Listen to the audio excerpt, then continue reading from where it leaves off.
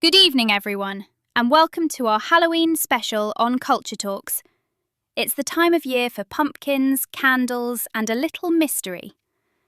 Tonight, we're talking about one of the most famous Halloween figures, the witch. My guest is Renee from New Orleans, a modern witch who also studies the history of witchcraft. Hi, Renee, and happy Halloween. Hi, Anna. Thanks for inviting me. And happy Halloween to you, too. It's definitely our season. I bet it is. Let's start with the picture many people have in their minds. An old woman with a pointy hat, flying on a broom, and maybe a black cat on her shoulder. Where does that image come from? Well, a lot of it comes from old stories and a bit of fear. Hundreds of years ago, people didn't understand science or medicine, so they blamed strange events on magic. Over time, books, paintings, and fairy tales made witches look scary. Green skin, big hats, dark clothes. But those pictures aren't really true. So who were the real witches then? Most were people who worked with nature. They made simple medicines from herbs, helped others, or followed old traditions. They were often independent, and that made them different. So people created stories around them. That makes sense. And now witches appear everywhere, in films, TV shows, and even fashion.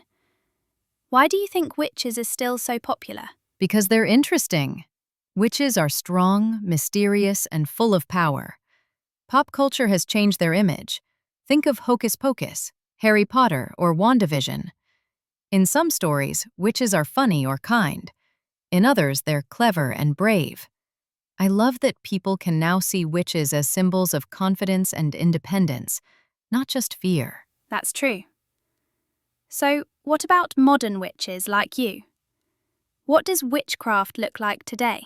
It's not really about magic spells or turning people into frogs. For me, it's about connection with nature, energy, and history.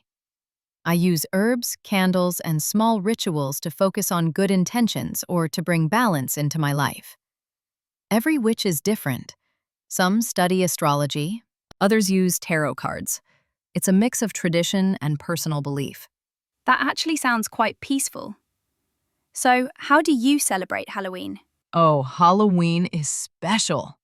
In my tradition, we call it Samhain. It's the end of the old year and the start of a new one.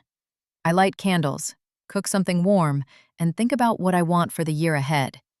It's also a time to have fun, wear something witchy, decorate with pumpkins, and enjoy the magic in the air. That sounds perfect. From scary stories to self-expression, witches have really changed through time. Thank you, Renee, for sharing your world with us tonight.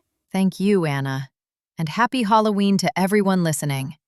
Remember, witches aren't always what they seem. Sometimes they're just people who believe in a little everyday magic.